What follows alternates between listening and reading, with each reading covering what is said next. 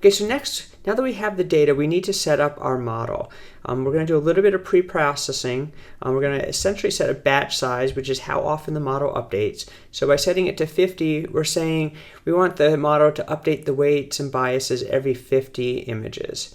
We're also going to set the image shape. Since all of our images are coming in different sizes, we need to have them all at the same size. So we're going to say this is going to be 150 by 150 pixels wide. So now we have to process those images.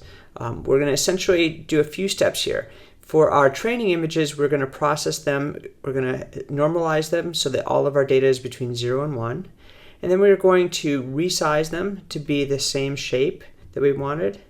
And we're going to tell it which directory to find them in, and we're going to tell it what the batch size is, so all things that we've defined.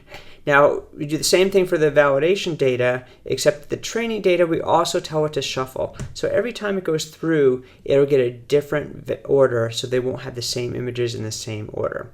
And we're also telling it that this class mode is sparse. Okay, so let's go ahead and run these here. I'm going to move this off to the side. Okay, so now again we can see 897 training images in 4 classes, 225 images in 4 classes for our validation.